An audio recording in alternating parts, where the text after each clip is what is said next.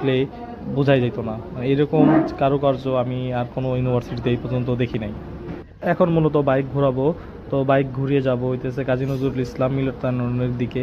তো ওই পথে যেতে আপনাদের রেল লাইন পড়বে। তো এই রেল লাইনের দৃশ্যটা সত্যি অসাধারণ।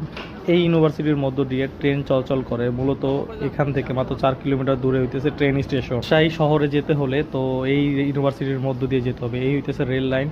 এই রেল লাইনটা ক্রস করে আমি যাইতেছি এখন কাজী নজরুল ইসলাম মিলনায়তনের দিকে। কাজী নজরুল ইসলাম মিলনায়তনটা এতটাই বড় যে বলে বোঝানো যাবে। আপনাদের জাস্ট একটা বেসিক ধারণা দিই, এখানে 24 ঘন্টা যদি এসি চালানো হয় তো একদিনে 20,000 টাকা বিদ্যুৎ বিল উৎপাদন হয়। তো আপনি বুঝতেই পারতেছেন তাহলে এটা কত বড়।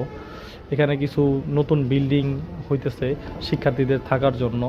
রোডঘাট ভাঙ্গা আছে কিছু, যদিও এগুলার বাজেট হয়েছে, কিছুদিনের ভিতরে এগুলা ঠিক করা হবে। রাজশাহী ইউনিভার্সিটি মূলত আগে কলেজের আন্ডারে ছিল। তো তখন এখানে মাত্র 2-3টা বিভাগ চালু ছিল। পরবর্তীতে 1961 সালে এটি বর্তমান এই জায়গায় স্থানান্তর করা হয়। রাজশাহী ইউনিভার্সিটিতে কিছু ভাস্কর্য রয়েছে, তার ভিতর অন্যতম হইতেছে সুবর্ণ জয়ন্তী টাওয়ার এবং রাজশাহী বিশ্ববিদ্যালয়ের যুদ্ধজীবী ফলক। তো এই দুইটাই অন্যতম ভাস্কর্য। তাছাড়াও বিভিন্ন প্রকার হল রয়েছে, তার ভিতর অন্যতম রয়েছে শহীদ সরোয়ার্দী হল, শেখ মুজিবুর রহমান হল, নবাব আব্দুল লতিফ হল, সৈয়দ আমির আলী হল, শহীদ হাবিবুর রহমান হল এবং শাহ মখদুম হল। বিশ্ববিদ্যালয়ে মোট 17টি হল রয়েছে এবং এটি আন্তর্জাতিক মানের ডরমেটরিও আছে। এর মধ্যে 11টি হল ছেলেদের এবং 6টি হল মেয়েদের। তাছাড়াও এই ইউনিভার্সিটির একটি বিশেষ আকর্ষণ রয়েছে, বাংলাদেশের একমাত্র পূর্ণাঙ্গ স্টেডিয়াম রয়েছে এই ইউনিভার্সিটিতে। তো ছাত্রছাত্রীরা এবং বিভিন্ন পেশাদার খেলোয়াড়রা এই জায়গায় খেলে। তো দেখতে দেখতে আমরা কাজী নজরুল ইসলাম মিলনায়তনের সামনে চলে আসছি। এটাই সেই মিলনায়তন।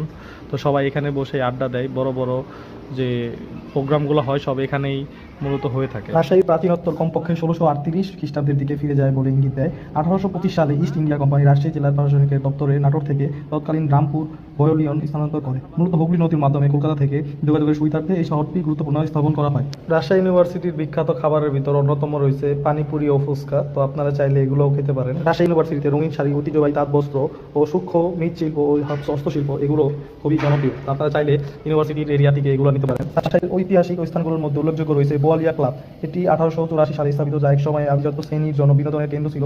এছাড়াও রাজশাহী কলেজের ইতিহাসে শিক্ষানগরী হিসেবে এর গুরুত্ব তুলে ধরে। রাজশাহী সিল্ক এখনও একটি বিখ্যাত ঐতিহ্য, যা উচ্চ মানের পোশাক। মাত্র 750 টাকা এরকম একটা জায়গা ঘুরতে পেরে নিজেকে ধন্য মনে করতেছি। আপনারা চাইলে একদিনে এরকম একটা ট্যুর দিয়ে যেতে পারেন। তো আপনাদের এখানে আসার জন্য আমন্ত্রণ রইল। সত্যি রাজশাহী সিটিটা অনেক সুন্দর। সামনে চলে আসছি, এটা হচ্ছে রাজশাহী ইউনিভার্সিটির কেন্দ্রীয় শহীদ মিনার। শহীদ মিনারটি দেখানোর মাধ্যমেই আজকে আমার ব্লগ এখানে শেষ করব। দেখা হচ্ছে অন্য কোনো ভিডিওতে। ততক্ষণ পর্যন্ত সাথে থাকুন, সঙ্গে থাকুন, ভালো থাকুন। খোদা হাফেজ, টেক কেয়ার, বাই বাই।